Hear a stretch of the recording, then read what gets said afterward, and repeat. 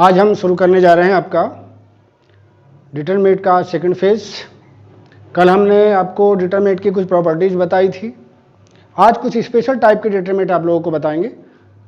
Special type की determinant वो determinant होती हैं जिनके कुछ स्पेशल मान होते हैं और जिनका प्रयोग करके हम किसी भी डिटरमिनेंट से रिलेटेड प्रॉब्लम को बहुत आसानी से हल कर सकते हैं। डिटरमिनेंट के आपके यहाँ टीजीटी पीजीटी में 2 से लेकर 3 तक क्वेश्चन पूछे जाते हैं। तो आज हम आपको वो मेथड बताएंगे कि कैसे 4-5 सेकंड के अंदर आप किसी भी प्रॉब्लम को डिटरमिनेंट की हल कर सकते हैं। बस आपको करना क्या है, अगर टीजीटी पीजीटी का एग्जाम क्वालिफाई करना और टीचर बनने का शौक है तो बस एक काम करना कि मेरी हर वीडियो को बहुत आराम से देखते रहिएगा और उसको सब्सक्राइब करते रहिएगा। तो उन सभी बच्चों को मेरे लिए बहुत शुभकामनाएं हैं जो इस वीडियो को देखेंगे और निश्चित रूप से एक दिन बहुत अच्छे टीचर बनेंगे। चलिए आज शुरुआत करते हैं हम आप लोगों के लिए डिटरमिनेंट के सेकंड फेज की। और इस सेकंड फेज में हम लेके चल रहे हैं सबसे पहले कुछ स्पेशल टाइप ऑफ डिटरमिनेंट। पहले हम डिटरमिनेंट आपको देखिए यहां पर लेके चल रहे हैं सर्कुलेंट डिटरमिनेंट।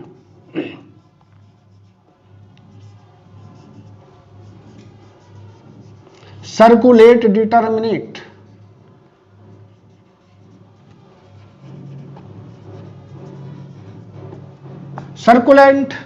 सर्कुलेंट क्यों कहा गया भाई इसको?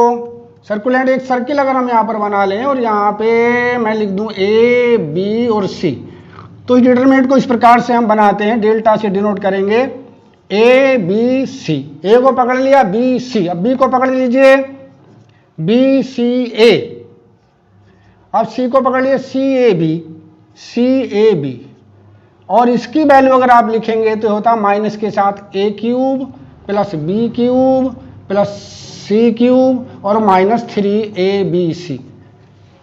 इसको हम सर्कुलेंट डिटरमिनेंट के नाम से जानते हैं और इसकी वैल्यू आपको याद रखनी क्या होता है, -a cube plus B cube plus C cube -3abc। और कहीं पर कदाचित आपको यह दिया गया हो, अगर मान लीजिए यहां पे कह दें कि if a plus b plus c बराबर 0, तो तब आप क्या करेंगे, तब इसका मान 0 हो जाएगा। क्यों हो जाएगा 0? अगर इसका मान हम 0 ले लें तो आप देखेंगे तीनों रो को जोड़ दी, 3 रो या तीनों कॉलम को जोड़ के देख लीजिए, है ना, तो एक एक एलिमेंट आपका 0 बन जाएगा और फिर सारी डिटरमिनेंट का मान 0 हो जाएगा। दूसरी डिटरमिनेंट हम आप लेके चलने नंबर दूसरे टाइप की आप देखेंगे skew symmetric determinant. Skew symmetric determinant, DT लिख रहा हूं शॉर्ट में। देखिए इसकी सिमेट्रिक डिटरमिनेंट कितने ऑर्डर की? Of odd order.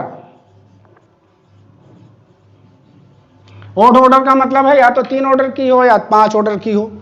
इसका मान हमेशा 0 होता है। 0 माइनस का हम ले लें बी सी, और ये आपका बी 0, और ये ले लिया हमने डी, और यहाँ लिया आपका माइनस का सी, और यहाँ लिया माइनस का डी, और ये 0।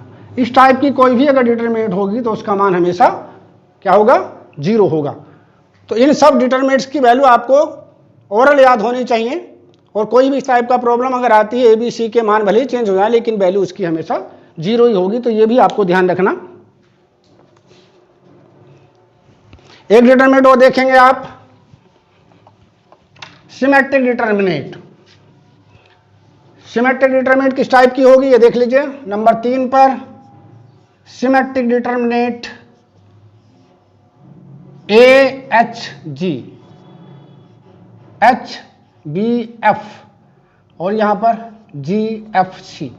इसका भी स्टैंडर्ड मान होता है ABC plus 2FGH minus AF square minus BG square और माइनस CH स्क्वायर। इसका भी मान आपको याद रखना होगा। ये जो डिटरमिनेंट है ये कौन सी कहलाती है?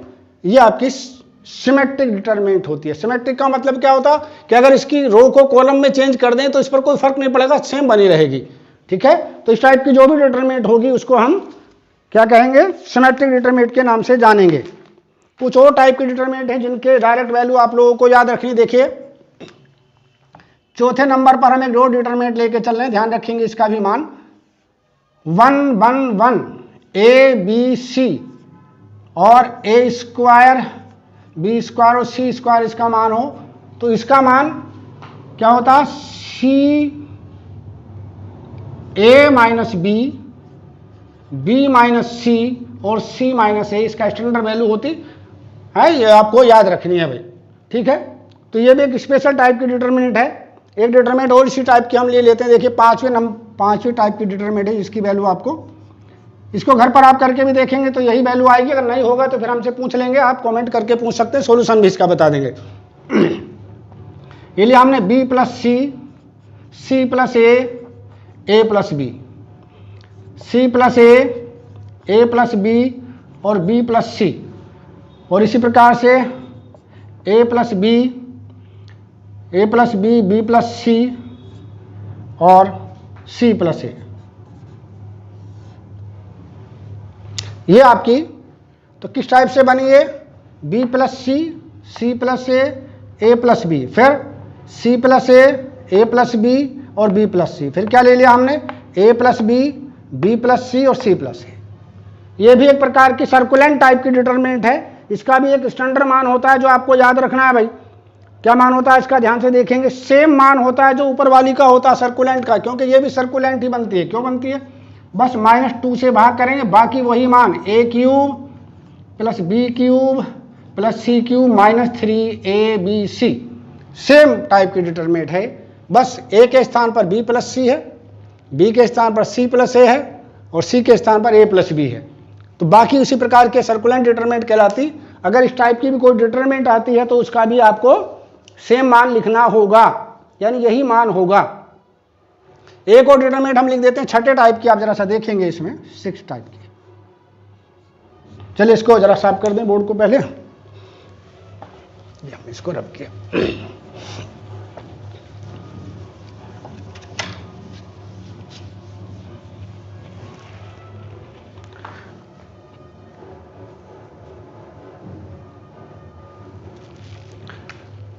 तो देखिए छठे टाइप की डिटरमिनेंट आपको याद रखनी है भाई बच्चों। यहाँ डेल्टा बराबर पहली वाली रो में तो सेम लिख दीजिए ए बी सी। क्या लिखेंगे यहाँ पर? सेम ए हो, बी हो और सी हो। यहाँ ए स्क्वायर, यहाँ पर बी स्क्वायर, यहाँ पर सी स्क्वायर, यहाँ पे बी सी, यहाँ पर सी ए, यहाँ पर ए बी। इसका जो मान होता है, अब यहाँ पर आप देखें, अगर इसको हल करना चाहें तो कैसे करेंगे? सोल्व भी कर सकते हैं। इसको ए से गुणा कर दीजिए, ए बी सी बन जाएगा। इसे बी से गुणा कर दीजिए, ए बी सी बन जाएगा। इसे सी से गुणा कर दीजिए, ये ए बी सी बन जाएगा। और फिर ए बी सी इसमें से आप कॉमन ले लेंगे, और कॉमन लेने के बाद फिर क्या देखेंगे? एक सर्कुलेंट डिटरमिनेंट बन जाएगा। तो इसका जो वैल्यू होगा वो क्या होगा? A minus b minus c minus a into a b plus b c और प्लस सी ए। ये इसकी standard value you have to keep in your mind. इसको भी आपको स्मरण रखना है भाई बच्चों। चलिए, तो ये थी आपकी कौन से छठे टाइप की डिटरमिनेंट। अब एक और डिटरमिनेंट हम ले लेते हैं इसी के साथ में, उसका भी वैल्यू आपको याद रखनी है। अगर कहीं पर एक डिटरमिनेंट 7वें प्रकार के देख लें, इस टाइप की मिल जाती है, किसी की वैल्यू भी आप हल करके देख सकते हैं। अगर नहीं होगी तो हमसे पूछ लेंगे। 1/x, 1/y और 1/z। यहाँ पर ले लीजिए आपका x, यहाँ पर ले लीजिए आप y, यहाँ पर ले लीजिए आप z, यहाँ पे लीजिए yz, यहाँ पर zx और यहाँ पर xy। ऐसी कहीं भी डिटरमिनेंट आए तो उसका मान हमेशा ही 0 होता है। ऐसी कहीं भी डिटरमिनेंट आ जाए तो उसका मान कहीं भी क्या होता है? 0 होता है। कैसे होता है 0? जरा सा ये भी देख लेंगे। अगर पहली वाली रो में से हम 1/x कॉमन ले लें तो यहाँ मिलेगा 1x² x/z। यहाँ पर 1/y कॉमन ले लें अगर, तो यहाँ मिलेगा 1y² और x/z। यहाँ से 1/z कॉमन ले लें तो यहाँ मिलेगा आपका z² और x/z। चलिए इसको जरा सा हल करके देख लेते हैं थोड़ा सा। डेल्टा में से हम क्या करें? इस रो में से पहली रो में से 1/x, दूसरी रो में से 1/y और तीसरी रो में से 1/z आप कॉमन कर लीजिए। तो यहाँ से जब 1/x कॉमन करेंगे तो 1 आ जाएगा, यहाँ x का गुणा हो जाएगा, x² बन जाएगा, और यहाँ भी x का गुणा हो जाएगा, x/z बन जाएगा। जब यहाँ से y कॉमन करेंगे तो यहाँ 1 आया, यहाँ पर y² हुआ और यहाँ x/z। इसी प्रकार से यहाँ 1/z अगर कॉमन करेंगे तो यहाँ 1, यहाँ z² और यहाँ पर x/z। अब ध्यान से देखिए थर्ड कॉलम को आप देखिए, थर्ड कॉलम में से X Y Z you can taken out common, यहां से एक्स वाई जेड का को कॉमन ले सकते हैं थर्ड कॉलम में से। तो थर्ड कॉलम में से एक्स वाई जेड को कॉमन लीजिए तो क्या बना, x Y Z upon x Y Z, क्या बना बच्चों, वन वन वन, और यहां पर x square Y square Z square, यहां वन वन वन। और हमने क्या बताया था आपको कि अगर किसी भी डिटर्मिनेंट के दो कॉलम आइडेंटिकल या सेम हो जाएं तो उस डिटरमिनेंट की वैल्यू 0 होती है। तो देखिए ये कॉलम भी 1 हो गया, ये भी 1 हो गया, तो इसकी डिटरमिनेंट की वैल्यू क्या हुई, 0 हुई। तो इसलिए आपको क्या याद रखना होगा कि any determinant of the type 1 upon x 1 upon Y 1 upon Z X Y Z Z x Y बेनिसेस, हमेशा बेनिस हो जाती है इस टाइप की कोई भी डिटरमिनेंट अगर आएगी तो ये आपको ध्यान रखना। बहुत इंपॉर्टेंट चीजें, छोटी छोटी बातें हैं, बहुत बातों बातों में आपको याद हो जाएंगी, आप केवल इनको स्मरण करके पढ़ के चलेंगे। जरा सा देखेंगे अगला क्वेश्चन, देखेंगे जो पूछा भी गया एक आध बार आपके यहाँ किसी परीक्षा में, देखिए क्वेश्चन है आपको, देखेंगे। चलिए क्वेश्चन ले लेते हैं डिटरमिनेंट का।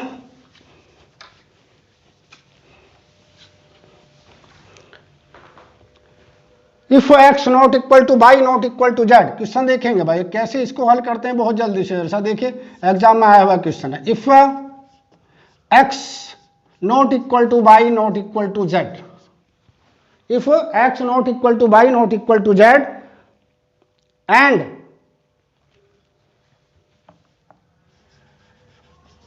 एक डिटरमिनेंट उन्होंने दिया है X Y Z X square Y square Z square and X Y Z X square Y square Z square 1 plus X cube 1 plus Y cube 1 plus Z cube equal to 0, then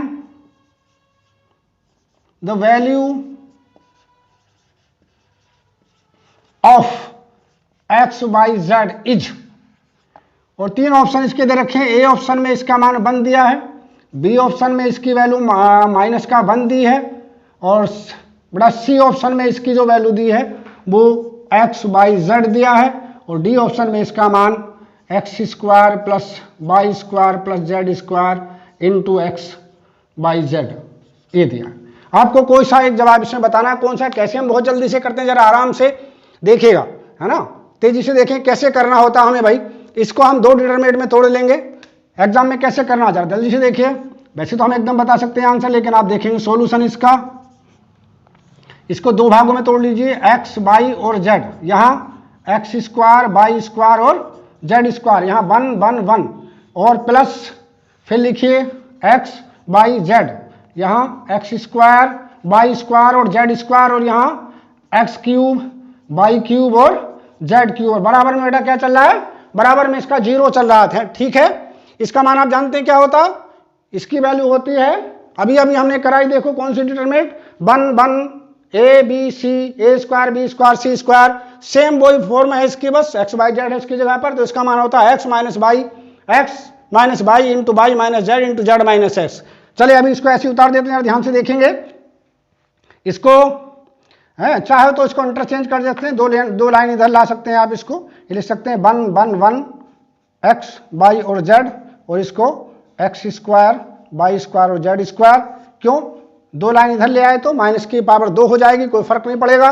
यहाँ पर इस वाली रो में से x common ले लो, इसमें से by common ले लो, इसमें से जेड कॉमन ले लो, तो क्या मिलेगा जरा बताओ, एक्स बाई जेड हमने बाहर ले लिया, यहाँ क्या है 1 1 1, यहाँ एक्स स्क्वायर, यहाँ बाई स्क्वायर, यहाँ जेड और यहाँ जेड स्क्वायर, मान कितना हुआ 0। ये दोनों डिटरमिनेंट एक जैसी होगी, ध्यान से देखेंगे तो देखिए कितनी जल्दी आंसर आया हमारे पास। इन दोनों को कॉमन ले लो तो यहाँ मिलेगा आपको 1 प्लस एक्स बाई जेड, और इसकी वैल्यू रख दीजिए, कॉमन आ गई है, क्या वैल्यू होती है X minus Y minus Z, और जेड माइनस एक्स बराबर 0। क्वेश्चन में कहा गया है कि X not equal to Y not equal to Z, X Y के बराबर नहीं है तो ये 0 नहीं होगा, बाई जेड के बराबर नहीं है तो ये भी 0 नहीं होगा, और जेड एक्स के बराबर नहीं है बच्चों तो ये भी 0 नहीं होगा प्यारे बच्चों। तो फिर कौन सी चीज 0 होगी बच्चों, फिर ये फिर 0 होगी। तो ये 0 होने का मतलब क्या हुआ, implies that 1 plus x Y Z बराबर 0, और एक्स बाई जेड का मान आपका आ गया -1, और फिर आपका जो आंसर हुआ कौन सा सही हुआ, बी आपका ये आंसर हो गया बेटा। ठीक है, तो इस तरह से हम बहुत जल्दी से इसको कर सकते हैं। अगर आप इसकी प्रैक्टिस कर लेंगे तो देखते ही यहाँ आपको आंसर पता लग जाएगा कि इसकी वैल्यू क्या होनी चाहिए। ये सब खोलने की आवश्यकता आपको नहीं रहेगी, लेकिन एक बार इसकी प्रैक्टिस जरूर कर लेंगे अच्छी तरह से। तो ये क्वेश्चन था जो आपके यहाँ पूछा गया था, और एक क्वेश्चन हम देख लेते हैं यहाँ से। चलिए अगला क्वेश्चन देख लेते हैं, नेक्स्ट क्वेश्चन को देखेंगे।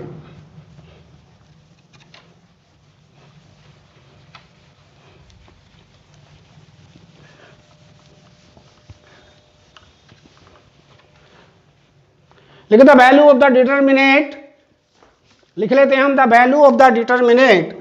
क्वेश्चन नंबर 2 है आपका, the value of determinant. Delta equal to हमारे पास दिया पहली वाली कॉलम में, ये दे रखा है 30, देख के लिख लेते हैं, यह 43, 35, 30, 17, ये दिया 43 और 35 और ये बड़ा 17, इधर 1 7 3 1 7 और 3 642 इज ए में इसका आंसर दे रखा 0, बी में इसका आंसर दे रखा 35 और सी में इसका आंसर दे रखा है कितना 335 और डी में इसका आंसर दे रखा है नन ऑफ दीज। ठीक है, तो मोस्टली बच्चे क्या करते हैं, इसको खोलना प्रारंभ कर देते हैं। अब देखिए हम एक सेकंड में इसको कैसे करते हैं, एक सेकंड भर में इस क्वेश्चन को आप कैसे कर सकते हैं, जरा ध्यान से देखिए। 6 को 7 से गुणा करिए, 7 छंग 42 और 1 43, ये इसके बराबर हो गया। यानी इसका 6 गुना प्लस 1 कर दें तो ये आ गया। इसका 6 गुना करिए, इसका 7 गुना, सॉरी, इसका 7 गुना करेंगे, 7 छंग 42 और इसको जोड़ दीजिए 43 हो गया। यानी इसको 7 से गुणा करो, ये जोड़ दो, ये आ गया। इसको 7 से गुणा करो, 7 चौक 28 और 7 35, इसको 7 से गुणा करो, 7 दूनी 14 और 3 17। इसका मतलब इसके 6 गुने में इसको इसका 1 गुना जोड़ के अगर इसमें से घटा दें तो ये भी 0 बन जाएगा, ये भी 0 बन जाएगा। और जब किसी भी डिटर्मिनेंट का एक कॉलम 0 हो तो उसकी वैल्यू क्या होती है, 0 होती है। इसलिए इसका आपका आंसर कौन सा हुआ, पहला इसका आंसर हो गया। देखिए देखते ही आपको पता लगा, बस आपको ट्रिक का पता होना चाहिए कि इनमें कहीं कोई रिलेशन बन रहा है क्या, सीधा सीधा रिलेशन बन रहा। 6 7 42 और 1 43, 7 चौक 28 और 7 35, 7 दूनी 14 और 3 17, तो निश्चित रूप से फिर इसका मान क्या हुआ, 0 हुआ। तो देखा आपने कितनी जल्दी से इस क्वेश्चन को किया। अब हम अगले क्वेश्चन को जरा मूव करते हैं, जरा से ध्यान से देखेंगे। लिखे द वैल्यू, क्वेश्चन है आपका, क्वेश्चन नंबर नेक्स्ट जो भी रहा डाला हो आपका, question number 4, the value of the determinant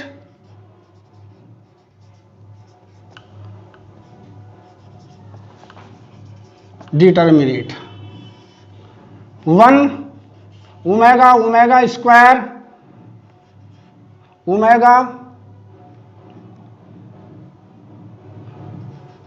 omega square 1 omega square और 1 और ओमेगा इच, इसकी वैल्यू आपकी पूछी है। Where omega is the cube root of unity. तो पहला आंसर इसका 0, दूसरा आंसर इसका 1, तीसरा इसका आंसर 1 माइनस ओमेगा स्क्वायर और डी इसका आंसर है नन ऑफ दीज। तो इस प्रश्न को करने से पहले आपके दिमाग में कंसेप्ट होना चाहिए, क्या भाई, कि ओमेगा के क्यूब का मान 1 होता है बच्चों। इसका क्या अर्थ हुआ, ओमेगा क्यूब माइनस 1 का क्यूब बराबर 0। क्या लिखते हैं इसको, omega minus 1 into omega square plus omega plus 1 बराबर 0। यानी आपको यह पता होना चाहिए कि omega square plus omega plus 1 का मान क्या होता है, 0 होता। अगर ये पता लग जाए तो तुरंत आप इसको कर लेंगे। बस ये कॉन्सेप्ट आपके दिमाग में रहना चाहिए कि 1 plus omega square plus omega बराबर क्या होता है, omega square plus omega plus 1 का मान 0 होता। तो देखिए यहां पर देखेंगे अगर हम तीनों कॉलम को एक साथ जोड़ दें 1 + ओमेगा स्क्वायर क्या बन गया 0। ऐसे इसे जोड़ो ओमेगा स्क्वायर प्लस 1 0, इसको जोड़ो ओमेगा 1 + ओमेगा स्क्वायर 0, तो पहला कॉलम पूरा 0 हो गया। और जब किसी भी डिटरमिनेंट का पहला कॉलम, दूसरा कॉलम, तीसरा कॉलम या कोई भी रो 0 हो तो उसकी वैल्यू क्या होती है बच्चों 0। तो देखिए देखते हैं हमें पता लग गया कि इसकी वैल्यू आपकी क्या आई 0 आई। कैसे पता लगा? पता तब लगा जबकि हमें ये रूल पता था कि इसकी वैल्यू होती क्या है। तो देखने से आपको पता लगा इसकी वैल्यू आपकी होगी बच्चों 0। चलिए एक और क्वेश्चन ले लेते हैं भाई।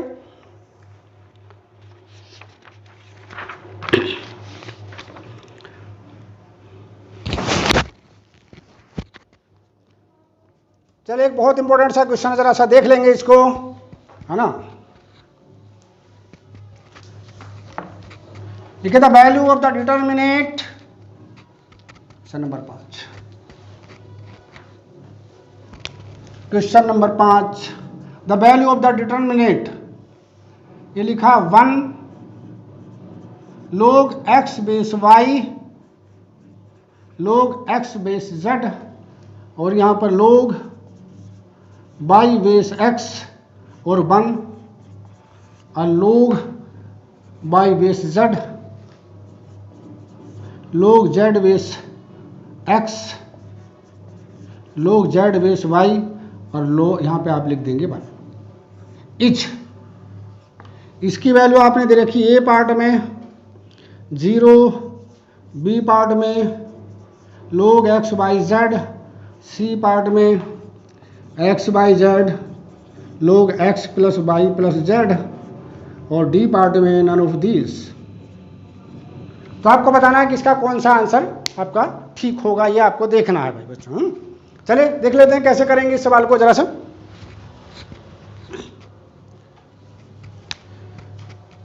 चलिए सॉल्यूशन देखेंगे इसका। क्या करना, आप जानते हैं कि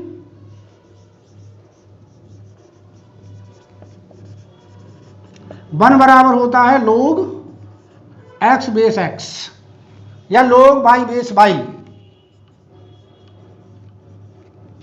या फिर log z बेस z, ठीक। और दूसरी बात क्या होती है भाई, log m बेस में m हो तो इसको लिखते हैं log n upon log m, ऐसा करके हम लिख देते हैं। तो यहाँ पर 1 को क्या लिखेंगे जरा बताओ, डेल्टा बराबर हम लेके चलें तो क्या आ गया, इसको लिखेंगे log कितना x base x, x base x को क्या लिखेंगे log x upon log x। चलो मैंने इसे लिख दिया। इसको क्या लिखेंगे भाई log y upon log x, इसको क्या लिखेंगे log z upon log z, log z upon log x। इसी प्रकार से इसको लिखेंगे क्या log x upon log y, इसे लिखेंगे log y upon log y और इसे लिखेंगे log z upon log y। इसी प्रकार से एक कॉलम और नीचे बना लेंगे हम log z upon log x upon log z। इसी को भी यहाँ लिख देंगे क्या log y upon log z और यहाँ लिखेंगे log z upon log z। अब क्या करें, इसमें से 1 अपॉन log x कॉमन कर लो, इसमें से 1 अपॉन log y कॉमन कर लो। यहाँ पर हम कॉमन कर लेते हैं कितना 1 upon log x log y और log z। तो हमें क्या डिटरमिनेंट मिल गई भाई बच्चों, देखिए log x log y log z, log x log y log z, log x log y log z। और इसकी वैल्यू क्या होती है भाई, सारे रो और सब कॉलम एक जैसे हैं, सेम हैं, तो इसकी वैल्यू क्या हो गई कुल मिला के 0। तो कौन सा आंसर हुआ आपका, ये आपका आंसर हो गया प्यारे बच्चों log z। चलिए तो आज का लेक्चर हम यहीं समाप्त करते हैं। कल रेस्ट पार्ट को डिस्कस करेंगे, इसकी थोड़ी सी प्रॉपर्टी रह गई है, फिर इसके बाद हम शुरू करेंगे डिटरमिनेंट। बस आप देखते रहिए और इसको सब्सक्राइब करते रहिए। सभी बच्चों के लिए शुभकामनाएं, और निश्चित रूप से सफल होंगे जो इस वीडियो को देखेंगे और सब्सक्राइब करेंगे इसको अच्छी तरह से। Thank you everybody.